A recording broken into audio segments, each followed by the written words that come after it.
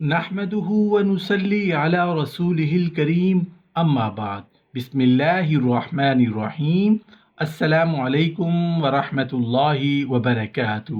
وضو، طہارت اور غسل کے مسائل۔ غسل اور جنابت کے مسائل۔ حضرت عبداللہ بن عباس رضی اللہ عنہ سے ایک صحابی نے شکایت کی کہ میں جب نماز میں ہوتا ہوں تو مجھے خیال آتا ہے کہ میرے ذکر پر تری ہے۔ تو حضرت عبداللہ بن عباس رضی اللہ عنہ نے فرمایا، اللہ شیطان کو غارت کرے، وہ نماز میں انسان کی شرمگاہ کو چھوتا ہے اور اس کے ساتھ کھیلتا ہے تاکہ اسے یہ خیال دلائے کہ وہ بے وضو ہو گیا ہے۔ جب تم وضو کرو تو اپنی شرمگاہ پر پانی کے چھینٹے مار لیا کرو، پس اگر تو ایسا خیال پائے تو یہ سمجھ لینا کہ یہ پانی ہے۔ تو اس آدمی نے ایسا ہی کیا تو یہ وسوسہ ختم ہو گیا۔ رسول اللہ صلی اللہ علیہ وآلہ وسلم نے ارشاد فرمایا کہ کپڑے اتارتے وقت بسم اللہ پڑھنے سے جنات انسانوں کی شرمگاہ کو نہیں دیکھ سکتے۔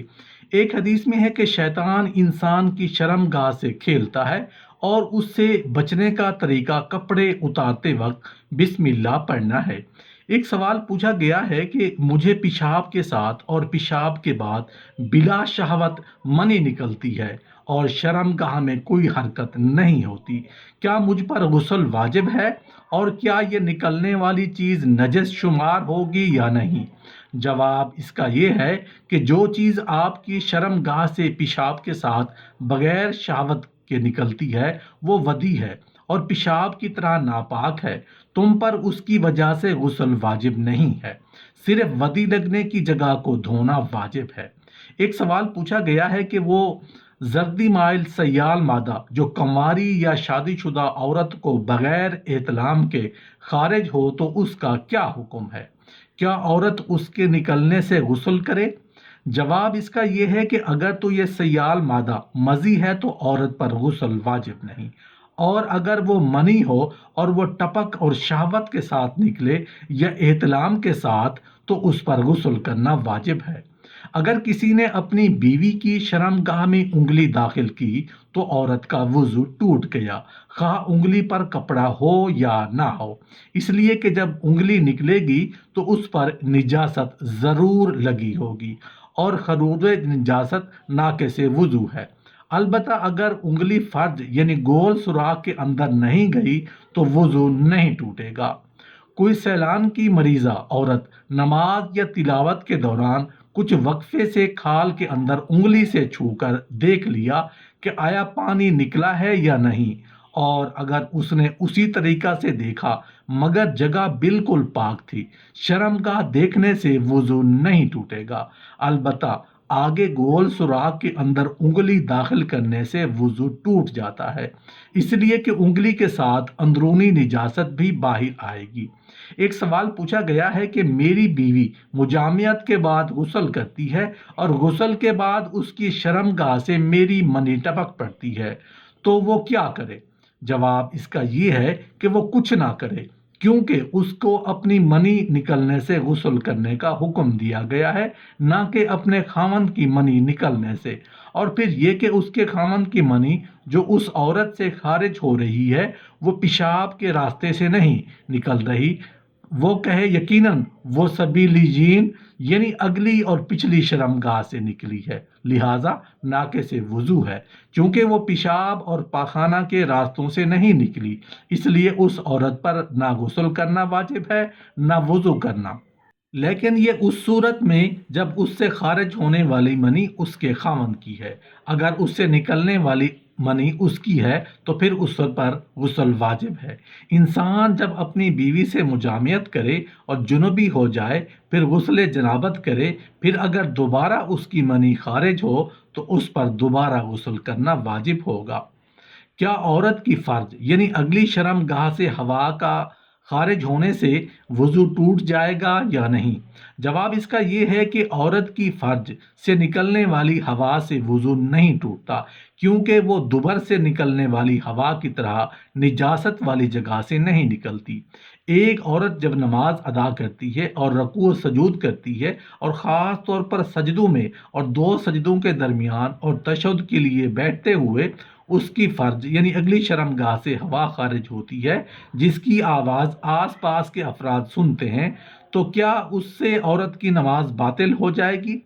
بعض اوقات اتنی تھوڑی ہوا خارج ہوتی ہے کہ جس کو کوئی بھی نہیں سنتا، تو کیا وضو اور نماز ٹوٹ جائیں گے؟ عورت کی اگلی شرمگاہ سے ہوا کے نکلنے سے وضو نہیں ٹوٹتا۔ اگر کسی عورت پر غسل جنابت فرض ہو گیا ہو تو کیا غسل کے دوران شرمگاہ میں انگلی ڈال کر غسل کرنا ضروری ہو جاتا ہے؟ جواب اس کا یہ ہے کہ دو عورتوں کی آپس میں بحث ہو گئی۔ ایک کہتی ہے کہ غسل کے دوران عورت پر اپنی شرمگاہ میں انگلی ڈال کر اندر سے دھونا یا صاف کرنا واجب ہے، جبکہ دوسری کا کہنا ہے کہ صرف اوپر سے شرمگاہ دھو لینا ہی کافی ہے۔ کس کی بات درست ہے؟ صحیح بات یہ ہے کہ شرمگاہ میں انگلی ڈال کر اندر سے اس کو دھونے کا تکلف واجب نہیں، تاہم اگر وہ ایسا کر لے تو بہرحال جائز ہے۔ ایک سوال پوچھا گیا ہے کہ ان سیال مادوں کا کیا حکم ہے جو عورتوں کی شرمگاہ سے خارج ہوتے ہیں؟ کیا ان کا حکم ودی کا حکم ہے؟ جواب اس کا یہ ہے کہ ان کا حکم پیشاب کا حکم ہے۔ عورتوں پر ان سے استنجا کرنا، شرعی وضو کرنا اور ان کے جسم و لباس کو ان میں سے جو لگے اس کو دھونا لازمی ہے۔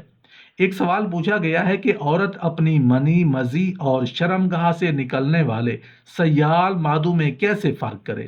جواب اس کا یہ ہے کہ عورت کا پانی مرد کے پانی کے برخلاف پتلا اور زردی مائل ہوتا ہے، جبکہ مرد کا پانی گاڑھا اور سفید ہوتا ہے۔ رہی مزی تو وہ سفید رنگ کا پتلا سا مادہ ہے جو شہوت کے وقت خارج ہوتا ہے، لیکن وہ ایسی شہوت کے وقت نکلتا ہے جس میں جھٹکے نہیں ہوتے اور فطور لاحق نہیں ہوتا، اور وہ سیال مادے جو عادتاً اس سے خارج ہوتے ہیں سفید رنگ کے مادے ہوتے ہیں۔ کیا ننگے مردوں اور عورتوں پر نظر ڈالنے سے وضو فاسد ہو جاتا ہے؟ جواب اس کا یہ ہے کہ باوضو آدمی کا ننگے مردوں اور عورتوں کو صرف دیکھنے سے وضو نہیں ٹوٹتا، نہ ہی متوضی کا اپنی شرمگاہ کو دیکھنے سے وضو فاسد ہوتا ہے، کیونکہ اس پر کوئی دلیل اور وارد نہیں۔ کسی نے وضو کرنے کے بعد اپنی شرمگاہ پر تری دیکھی جو بہہ رہی تھی تو وہ دوبارہ وضو کرے، اور اگر اس کو یہ معلوم نہ ہو سکے کہ وہ ہے کیا، یعنی صرف وہم سا ہو، حقیقت کچھ نہ ہو، تو وہ توجہ نہ دے اور شیطانی وسوسہ سمجھ کر نظر انداز کر دے۔ کسی مرد یا عورت نے جنوبی ہونے سے پہلے سر میں تیل لگا رکھا تھا، اب اس نے غسل کرنا ہے تو سر سے تیل نکالنے کے لیے اس کے پاس صابن، شیمپو یا کوئی ایسی چیز نہیں جس سے سر سے تیل نکل جائے۔ کیا فقط پانی سے اس کے بال اور جسم طاہر ہو جائیں گے؟